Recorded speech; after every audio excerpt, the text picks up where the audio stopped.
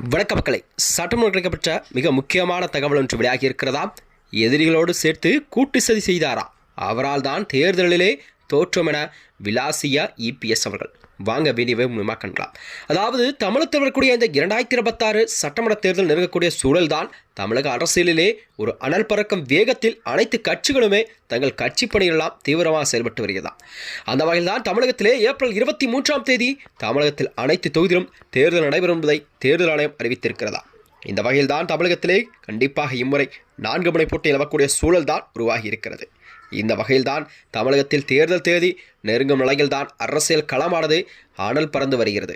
சொல்லப்போனால் இந்த அரசியல் கட்சி தலைவர்களும் சூறாவளி பிரச்சாரம் எல்லாம் எல்லா தொகுதிகளும் செய்து வருகிறார்கள். மேலும் தங்களை பற்றி வைக்கும் விமர்சனங்களுக்கு கூட அதாவது சுட சுட பதிலளி கொடுத்து வருகிறார்கள்.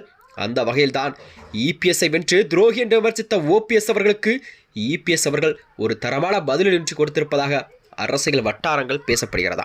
அதாவது நேற்று காஞ்சிபுரத்தில் இபிஎஸ் அவர்கள் தேர்தல் பரப்புரையில் ஈடுபட்டு வந்தார். அப்போது பேசிய அவர் ஓபிஎஸ்ஐ கடுமையாக சாடியிருக்கிறார். அப்போது பேரறிஞர் அண்ணா தொடங்கிய திமுக குடும்ப கட்சியாக மாறி உள்ளது. ஜெயலலிதா மறைவுக்கு பிறகு அதிமுகவுக்கும் பிரச்சனைகளை ஏற்படுத்தினர். சட்டப்பேரவையில் என் மேஜையில் ஏறி டான்ஸ் ஆடினார். அதிமுக ஒரு பெரும்பான்மையை நிரூபிக்கும் பொழுது திமுகவினரை ரகளை செய்கிறார்கள். ஆனால் பெரும்பான்மை நிரூபிக்கப்பட்டு விட்டது. அதனை ஸ்டாலினால் பொறுத்து கொள்ள முடியவில்லை. அப்பொழுதுதான் ஸ்டாலின் அவர்கள் சட்டமன்ற இடத்திலிருந்து சட்டையை கிழித்துக் கொண்டு வெளியே வந்தது அனைவரும் அறிந்த உண்மை. பெரும்பான்மை நிரூபிக்கும் பொழுது என் கண் முன்னே அதிமுக ஆட்சிக்கு எதிராக ஓபிஎஸ் வாக்களித்தார். அதாவது எட்டப்படாக இருந்து வந்து எதிரியோடு சேர்ந்து நமக்கு எதிரியாக வாக்களித்தவர்தான் ஓபிஎஸ் அவர்கள். அதை கூட நான் பொறுத்து கொண்டோம். ஆனால் மூத்த நிர்வாகிகள் சொன்னதை கேட்டு ஓபிஎஸ் அவர்கள் இந்த இயக்கத்தை ஒருங்கிணைப்பாளராக அவரை நியமித்தோம். ஆனால் கட்சி தலைமைக்கு பொறுப்பு கொடுத்தும் துணை முதல்வர் பொறுப்பு கொடுத்தோம். அற்புதமான இலாக்காக கொடுத்தோம் நாங்கள். அதன் பின்னர் எதிரிகளோடு சேர்ந்து கூட்டு சதி செய்துவிட்டார் என்று அவர் மீது குற்றங்கள் சாட்டியிருக்கிறார் எடப்பாடி பழனிசாமி.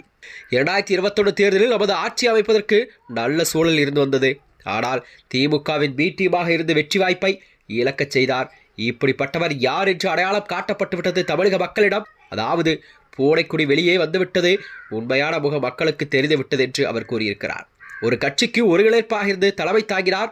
இவருக்கு முதலமைச்சர் என்ற அடையாளத்தை ஜெயலலிதா அவர்கள் கொடுத்து வந்தார்.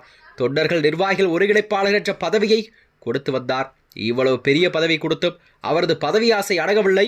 இப்பொழுது தீய சக்தி திமுகவில் இணைந்து தன்னை எதிர்த்ததாகவும் எடப்பாடி பழனிசாமி அவர்கள் குற்றம் சாட்டியிருக்கிறார். இந்த வகையில்தான் நான் 1971ஆம் ஆண்டே அதிமுகவில் இணைந்தேன். 10 முறை தேர்தலில் போட்டியிட்டேன். கட்சிக்காக தொடர்ந்து உழைத்தேன், விசுவாசமாக இருந்தேன். அதனால்தான் தொண்டர்களால் தேர்வு செய்யப்பட்டு நான் இப்பொழுது அனைத்து அண்ணா திராவிட முன்னேற்றக் கழகத்தின் பொதுச்செயலாளராக நியமிக்கப்பட்டு அதிமுக என்ற ஒரு கட்சியை தன் கைப்புக்குள் வைத்திருக்கிறேன் என்று எடப்பாடி பழனிசாமி தெரிவித்திருக்கிறார். மேலும் இதுபோன்ற வீடியோக்களை தெரிந்து கொள்ள நமது சேனலை மறக்காமல் சப்ஸ்கிரைப் செய்து கொள்ளும். நன்றி, வணக்கம்.